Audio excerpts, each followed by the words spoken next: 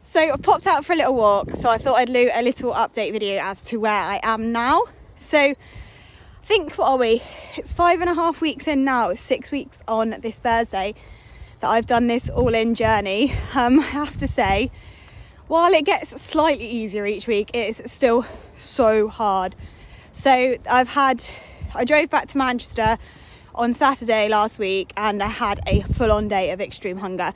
All I was doing all day was sitting in the car, and it was really hard because you obviously just sat there like, why does my body need all of this fuel? But it's purely because it's kind of like builds up over the week as well. So it might be that you're in a slight deficit the day before because your body doesn't really know how to give you hunger cues. I'm still not really getting physical hunger cues, except from first thing in the morning when I have my breakfast, which is really tricky.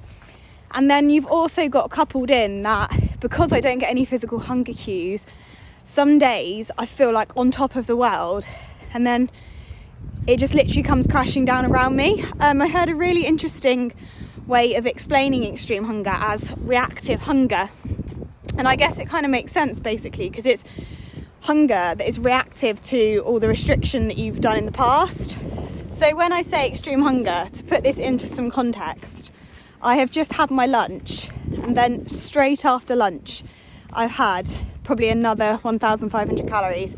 And the scary thing is while I'm like satiated for a bit, I could actually still eat. And it's uber confusing because obviously your digestion isn't going properly because you've had an eating disorder and it hasn't had to work properly for months. Yet all of this food just goes into the body and it's almost like it disappears, and I just don't know where it goes. And it's really distressing because you feel really full but really empty and hungry at the same time, and it's like no other feeling.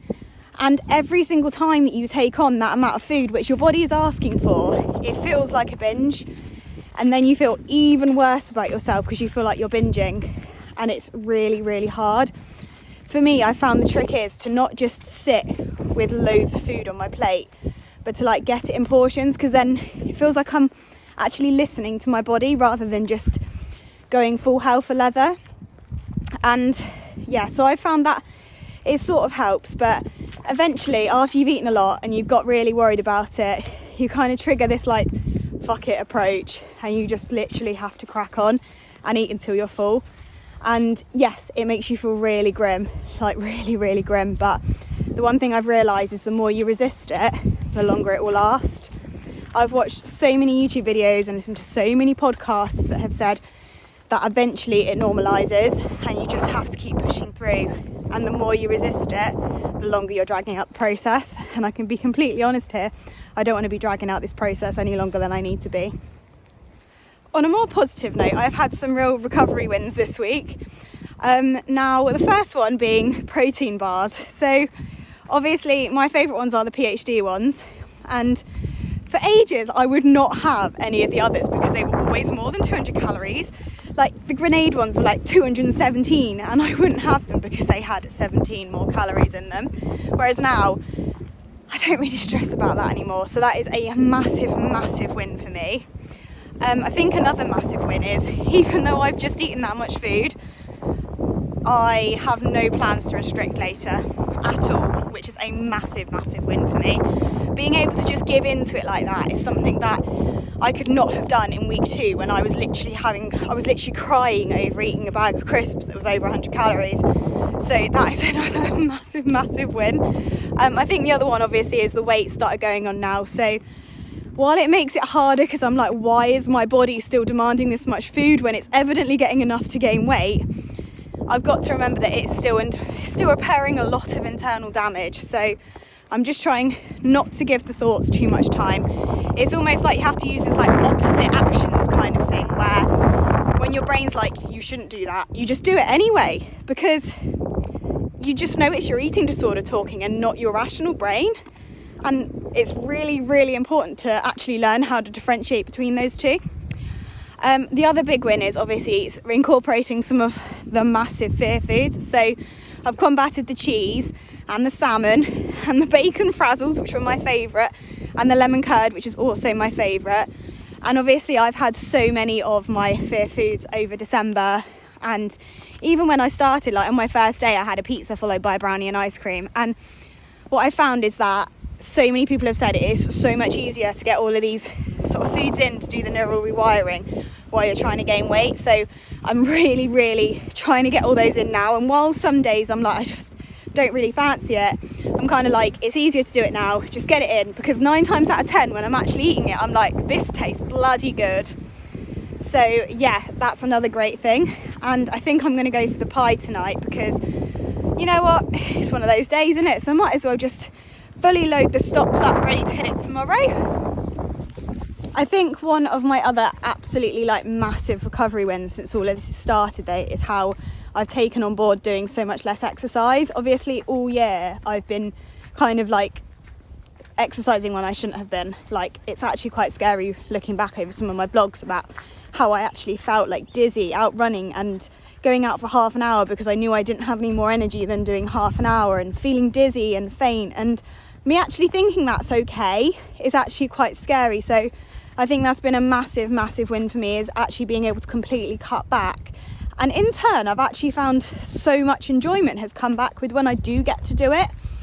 So that is a massive win for me, and I don't think I would have got this far had I not done that, because it's such a trap, like, of eating more and then burning it all off. That is the eating disorder mindset. It's like, instead of sitting with the fact that you feel guilty like you should, you're then like, oh well, I'll just go for a run now, or now I've eaten that much food, I can just go out on my bike. But if you're trying to gain weight, you can't do that, because you'll just burn it all back off and you won't be making progress. And no one wants slow progress, because honestly, it sucks. It might be your dream to be able to eat what you want for one day, but I can tell you, when you like literally don't get to eat what you want because you have to eat so much, it gets tiring really quickly. Couple that with having poor digestion, it's not great. The only way I'm going to explain it to you, imagine being constipated and then having to load more food on top. That is the only way I can explain it, and it kind of sucks. So yeah, we don't want to drag this part out any longer than it needs to be. And I think I'm going to go for my final recovery win, as it's actually so nice, like, to go home and my mum and my stepdad actually acknowledge that I'm really trying, because I think everyone was a bit dubious before I came back, but like, I think they're convinced now that I'm properly putting a lot of effort into this. Oh, so I thought I was done, but it turns out I'm not, because there is one other bit that is actually, it really motivates me to keep going, and is like most of the reason I'm sharing my story, other than accountability, is the amount of people that have told me I'm inspiring them on their journey, and like not only just realise they have a problem, but actually realising that they're not doing enough. Because I certainly, when I first started this, before I went all in, thought I was recovering, and like, I was reading back over my blog yesterday and I was like, oh yeah, you know, I had an extra snack today, and then I realised that I really wasn't actually doing anything. And you really do have to kickstart your metabolism again, because when you're restricting, it slows down so much that, you know, like, it doesn't make any difference just eating an extra 100 calories. It literally makes no difference. And I think I'm going to post about this the other day, but it's such a trap.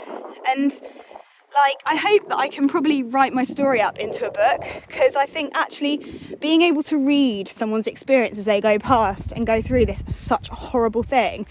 It kind of gives you that peace that you see that at the end it all kind of works out. And while I'm not at that point yet, I have to keep positive that I will get there. And I think once I do, it will make such a fabulous story to like look at my eating disorder like right from the past, and then seeing how you can get back to sort of a level playing field. And yeah, I think that's probably the bit that I've almost enjoyed the most, is all the messages I've had from people that are like, thank you, you've really inspired me, or you've encouraged me to do that, or, you know, thanks to you I've gone and got another snack. Just little comments like that literally change the game.